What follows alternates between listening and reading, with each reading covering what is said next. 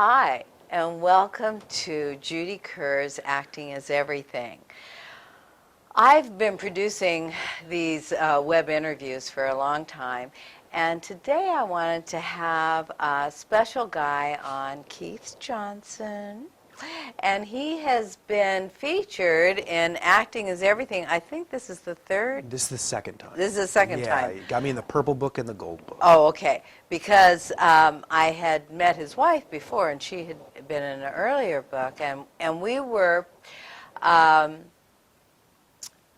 going to meet. I was going to meet Bonnie, and she said, "Can I bring along my boyfriend then?" And Bonnie is now is a casting director. At the time, she was a writer. And so Keith came along, and after about 5 minutes, I believe it was, so we were having breakfast at Dupar's, I said, I want you in my book. Mm-hmm. Because I have a section in the book, Actors Living Their Dream in Los Angeles. And so Keith has inspired many, many actors who have started later in life. I took my first acting class when I was 34 and really started pursuing it then when I was 36. And I get letters all the time, "Oh, gee, am I too old to start acting?" No. So Keith, sure. Tell me how you were in Michigan. Mm-hmm. Sure. Let me tell you the story, because Okay. this is the story of how I'm the luckiest man in the entire freaking world. Okay. Okay. And it started in October of the year 2000. My then wife and I bought our very first house. She was working as a college professor. I was working as the senior network engineer for a bank in Grand Rapids, Michigan. In January of 2001, 3 months later, she came to me and informed me that our marriage was over and that she was leaving me. She filed for divorce on Valentine's Day. Exactly That's 10 cold. days after that, the bank I was working for got bought by another bank, and I was fired from my $100,000 a year job. Whoa. 1 week later, my wife moved out of our house, taking our then 2-year-old son and the dog with her on my 35th birthday. Wow. So in the span of 6 weeks, I moved from knowing what the next 20 years of my life was going to be like to sitting in a completely empty 3-bedroom, 2-bathroom house that was built just for us. I didn't say it was good luck. I just said I was lucky. And I call that period of my life the trauma, because, you know, it's kind of quasi-painful to think about it, but it's a lot like childbirth, I would imagine, in that it's so far beyond painful that because there aren't words to describe it, you can't really actually feel it. But the reason that the trauma kind of makes me the luckiest man in the entire frickin' world, hence the story title, is that because exactly 1 month after my wife left, I met this girl on the internet. Sorry, here, let me take a step back. What happened after I went through the trauma was I made the wise decision, which is I was going to take a year off from everything, figure out who I was apart from this 7-year marriage, 10-year relationship that I just ended. And one of the things that I had done in college was I did a play. You know, we did Dracula for Halloween. It was great. And now suddenly I was no longer a husband or a father or employed. And so I had all this time. I was like, let's figure out what I want to do. And I remembered that great feeling of the camaraderie of doing the play and all of that stuff. And I'm like, one of the things I'm going to explore is this acting thing. Well, as part of moving on with my life, I met some people on the internet. One of them was an editor of a humor magazine, and he was like, "Oh, you've got a sick, twisted sense of humor. I got a group of people you'd fit in great with." So he introduced me to this group where the fans and the writers of this online humor magazine got together and traded ideas and threw things back and forth and compliments and whatever. One of the people who was a writer for the magazine was Bonnie Gillespie.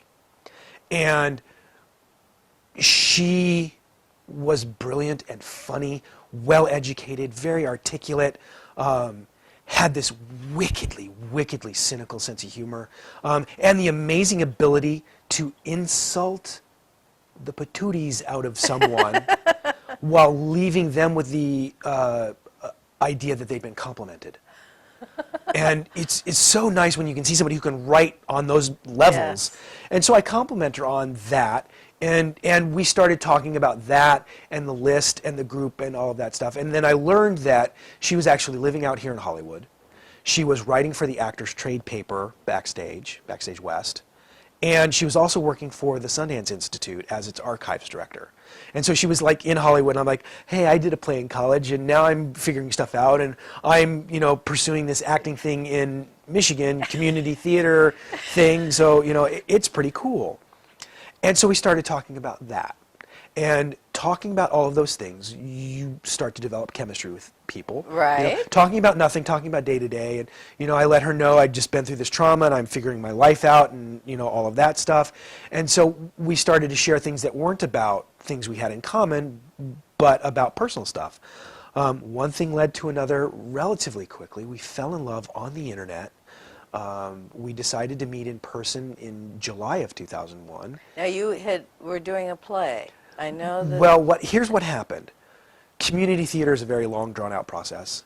And when we went to go meet in person, I was getting ready to audition for Arsenic and Old Lace, which we were going to do community theater. and so I brought the play out, and on this great weekend in Salt Lake City where we decided to meet on neutral territory, she helped me with my audition stuff. She brought out Michael Shurtleff's book and said, here's what you need to be thinking about when you're doing blah, blah, blah, blah, blah, blah, blah, blah, blah, in the blah, blah, blah, blah, blah, blah, blah way that she has of speaking very quickly and having it pound right into your head and make perfect sense. Right. If you've met her, which you have, you know what I'm talking about. And you can see one of Bonnie's interviews at the same place you're watching this, Bonnie Gillespie, casting director. And she told me things like why I don't want to be the lead character, but instead I want to be Teddy. Because, Teddy gets to have all the fun, he's doing this. Yes. And it was the first time I'd ever looked at any entertainment industry, anything, as anything more than a consumer. And she taught me the beginnings of the nomenclature of the industry. We had a wonderful time in July. You landed the part in the play. I landed the part of Teddy in the play. Actually, I'm an actor, we're all chameleons, and I can be anybody, really, I can. But the truth is, I actually looked like Teddy Roosevelt for the thing, and the play was amazing. Community theater, 3 months of rehearsal, 4 performances, And tell me about your closing night. Back up a second. We had such a great time meeting in person for the first time. It cemented the fact that we had everything that love is supposed to be. Bonnie said, you should move to Hollywood and be an actor. And I said, I can't move to Hollywood and be an actor. I have no training. I have basically no experience. I had my college play and this community theater thing that I hadn't even done yet under my belt. I said, I don't know that I have any chops. I don't know that I'm any good. I don't know these things.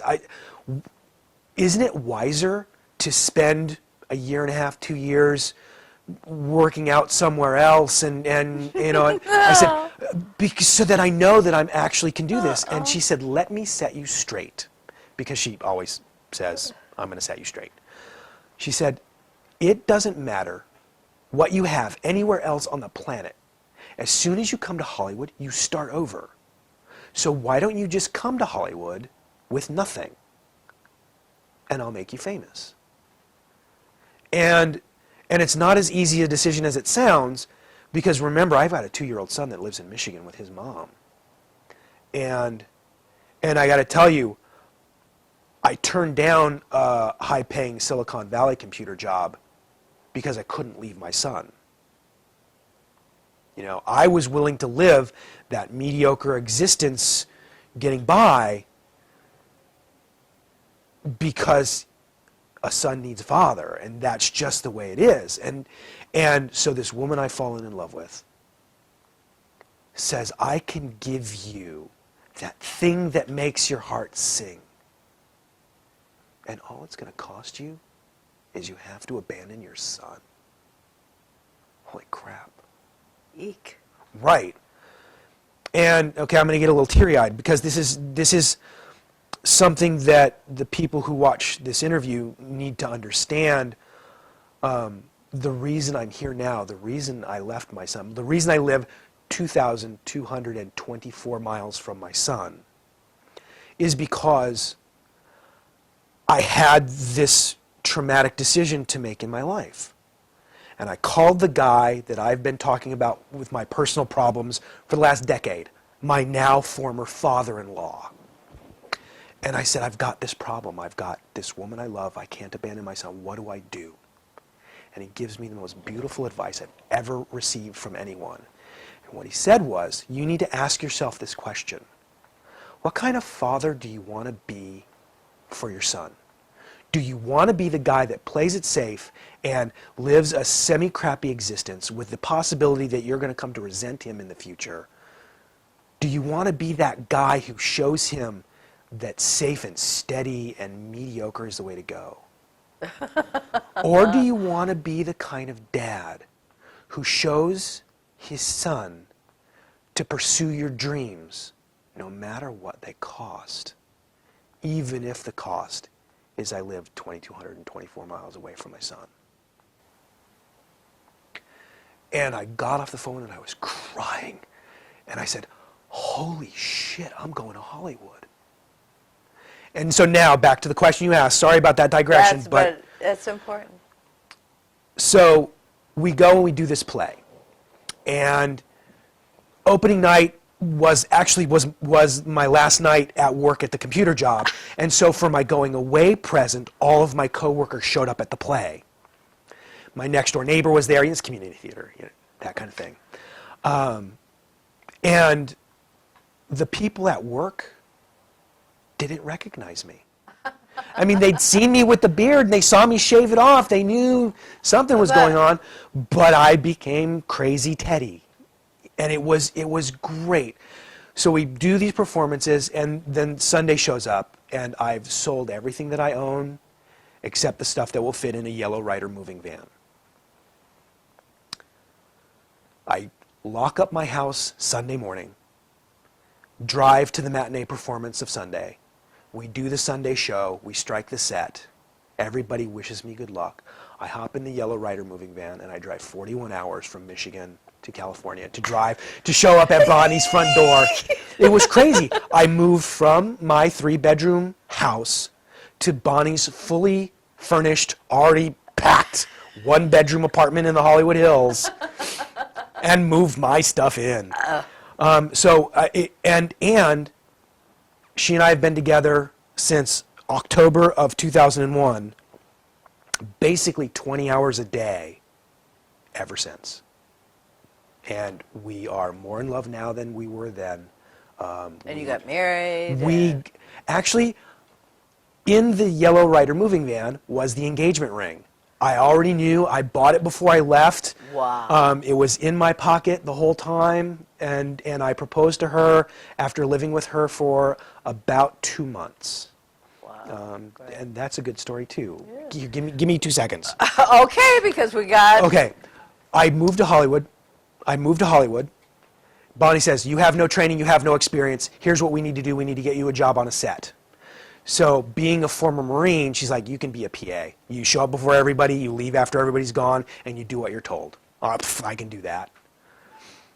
Were you a paid PA your first time? Or? Yeah, actually, I think they paid me a gas stipend, something like that. I don't know. What I do know is on the last day of shooting, they liked me so much they put me in the movie. So my very first film, I'm in SAG. I think it was an experimental or low-budget film, something like that. And I'm in the film and delivering a kind of line.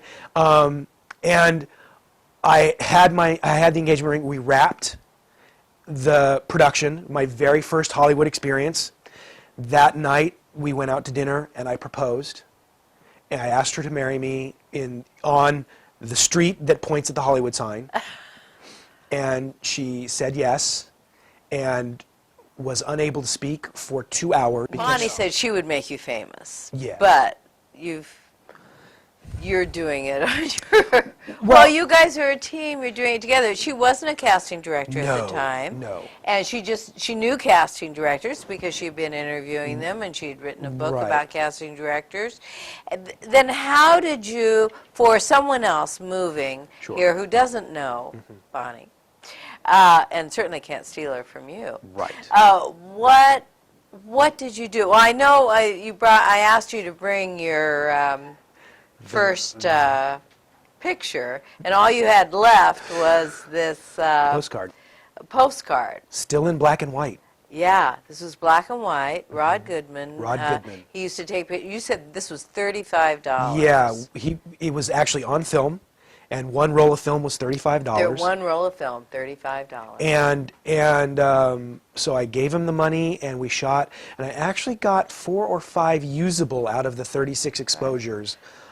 Again, because of Bonnie's advice. She said, stare at the camera as if the camera is a new lover, somebody who wants to drink you in, is accepting, and the mantra that you need to have in the back of your head is, as you're making eye contact with the lens, just say in the back of your head, this is me, this is who I am, And Right. it was because of that I wasn't in my own way. Right. And got great shots. I love Rod Goodman. He was an amazing photographer. Yeah, he now shoots in New York. New York, great guy. And I just want to correct one thing. Bonnie said to stare into the camera. I would like to use the word look. Look. Because a stare can be like a No, stare, and you want to be looking in the camera. You want as to if- look. Yes. You want to look at the camera as if it's the dinner date over the expensive Italian dinner table, and you know there's something going on Right. like that. And And You know- so you got your first pictures, Yeah. and you started studying. what happened was, I got these pictures taken in February of 2002, and started sending them out before I started taking classes. I sent out the headshot with a cover letter that said, I know what you're thinking, this guy's got nothing on his resume, but I do have a life. I was a father and a computer nerd and a former military guy. And Yeah. I've got all of this life experience. I never have to act like a guy who's had his world pulled out from under him. I just have to remember it. Right. I never have to act like a young dad. I never have to act like a former military guy. I never have to act like a guy who's working in an office. I just have to remember those things. And the cover letter ended with, it can't hurt you to take a look at me. And so I sent all these things out, and one of the benefits of coming to town older with less/no experience, as long as your heart's in the right place, as long as your mindset is, I'm doing this because it makes me happy, is that the people who've been here a while don't take the kind of roles that you can be offered. The one-line role, the non-union thing where you're going to walk in and say you're fired, or some tiny thing, because they've got so much experience that they demand too much money. And so you can walk in and say, look, I don't have any experience, but we're not doing much with me anyway. Right. It's not gonna hurt. And so coming in as an adult, coming in older, is actually a benefit when you're new, because the people who are older are either, If you're not afraid of it. If you're not afraid of it. If you're I'm too old, I'm too new, no, embrace it, love it, use it. one of the things that helped me move to Hollywood was the notion that on old people's deathbeds, they list their regrets as the things they never did. They never say, I regret doing blah, blah, blah, blah, unless it was a bad thing. Yeah. how can you approach life as an adult? Living in fear of what might happen. You know, I learned when I had my world ripped out from under me during the trauma that there's nothing to be afraid of. I mean, I had it all happen to me, other than somebody actually getting killed. You're right. You know, and when you approach things with no fear, when you approach things with the spirit of, God, this is fun, suddenly everything's fun. Well, tell me how because we only have like 5 minutes left. Okay. So can you kind of give me how you got your parts, and then you got into the Screen Actors Guild, Sure. and Okay. and then you were talking about you changed types, and Okay. so how do you know your types? Just tell it all, Keith. Okay, so here's what happened. So I had this nice black and white headshot with a cover letter that said, "Take a chance." Immediately, instantly, I was auditioning 5 to 8 times a week with no experience, no nothing. No agent. No. No agent, no nothing. And I would walk in the room like I didn't have Did you say in there, I'm living with Bonnie Gillespie? No. You didn't introduce No. yourself through her. Okay. No. It was You. It was just me, you know, and I would walk in again. I don't care whether I get this part or not. You know, it has everything to do with the fact that I'm here. You asked me to play. Yay, us. And more than anything, that attitude got me work. You know, before I joined the union, I booked from May of 2002 to December of 2002, the year I started. I booked a dozen films. I was on TV. A month into my professional acting career, I booked the series lead of a non-union crime reenactment drama on the Learning Channel. #1 on the call sheet, you know, and working with people who have been pursuing this for a decade, a dozen years, 15 years. Like, how long have you been here, Keith? Series lead? 3 months. Sorry. You know, but as long as you're in it, everybody feels that energy and go, oh, I want some of that. And so I booked work because of my attitude. I was eligible to join the union because casting director saw my 6-episode crime drama series on the Learning Channel. And so the casting director called me up on the phone. She said, I like your work. What's your union status? And I said, well, I'm non-union. I'm actually just starting out. And she said, I like what you do. You really need to be in the union. Why don't you come to work for me for 3 days on this film? I will get you 3 union vouchers and get you eligible to join in because you need to be in. And so I got those vouchers. And honestly, if anybody's listening, considering coming to Hollywood, the best place to be in is eligible to join SAG, but not in the union. Right. Because what it gives you is the ability to do all the non-union work you want. And the instant somebody offers you a union role that's going to pay you money, you can jump on it with no issues one way or the other. And so I rode that until June of 2003, which was when we were talking about the after SAG merger. And join in June, initiation's $1,400.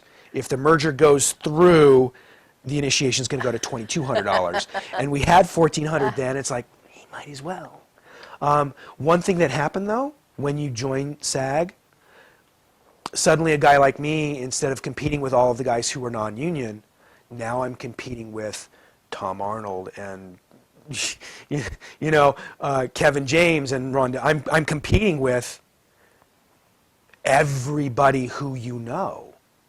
And so what happened was the instant I joined the union, because I'm a good union person and wouldn't do non-union work, I went 18 months without an audition. You know, not even, still submitting like crazy, but now only for the union work. So it was significantly less. But And I do want to insert, you moved to Los Angeles with your computer skills. Yes. So you were a computer techie Sure. for people hired you to work on their... Yes, I was fortunate enough to have a decade's worth of computer knowledge under my belt and was able to move here with a job that I could work freelance and pay the rent in 10 hours a month worth of work, which leaves me an amazing amount of time. Okay, so we have 3 minutes Okay. left. So we were inspiring those people Sure. to... Let me do my best to share almost 10 years worth of experience here for newbies, people who have nothing. And Keith is a successful actor. We have created a niche in a way in our lives so that we can make a living and live as artists and live as actors. It's amazing. It's amazing the work people don't see. You know, in my time in town, I've done almost 50 films. You know, I've done studio films. I've been on TV a score of times. Nobody ever recognizes me. Well, you're an everyman. I'm an everyman, and you know, and it pays the bills. And there, I think there are two keys to success, if you want to call it that. The first one is, don't depend on acting work to earn your living, because you're going to be pursuing acting in LA far more often than you're going to be acting. So you have to enjoy the pursuit and be able to support yourself while you're pursuing. And the second key is, you have to have people in your life in this town with whom you share intimacies, the struggle, the journey, because having the people around you who are doing the same thing you're doing with the right attitude in the right direction makes all of you go faster.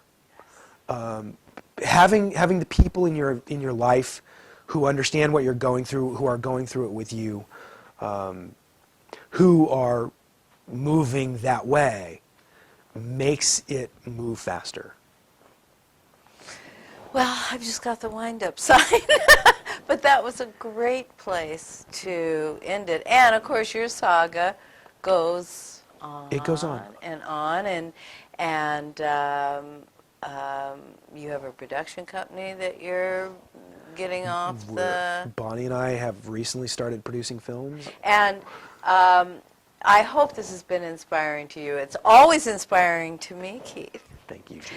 And you can read more about Keith in Acting is Everything. And it's, you know, I encourage all of you to live your dream.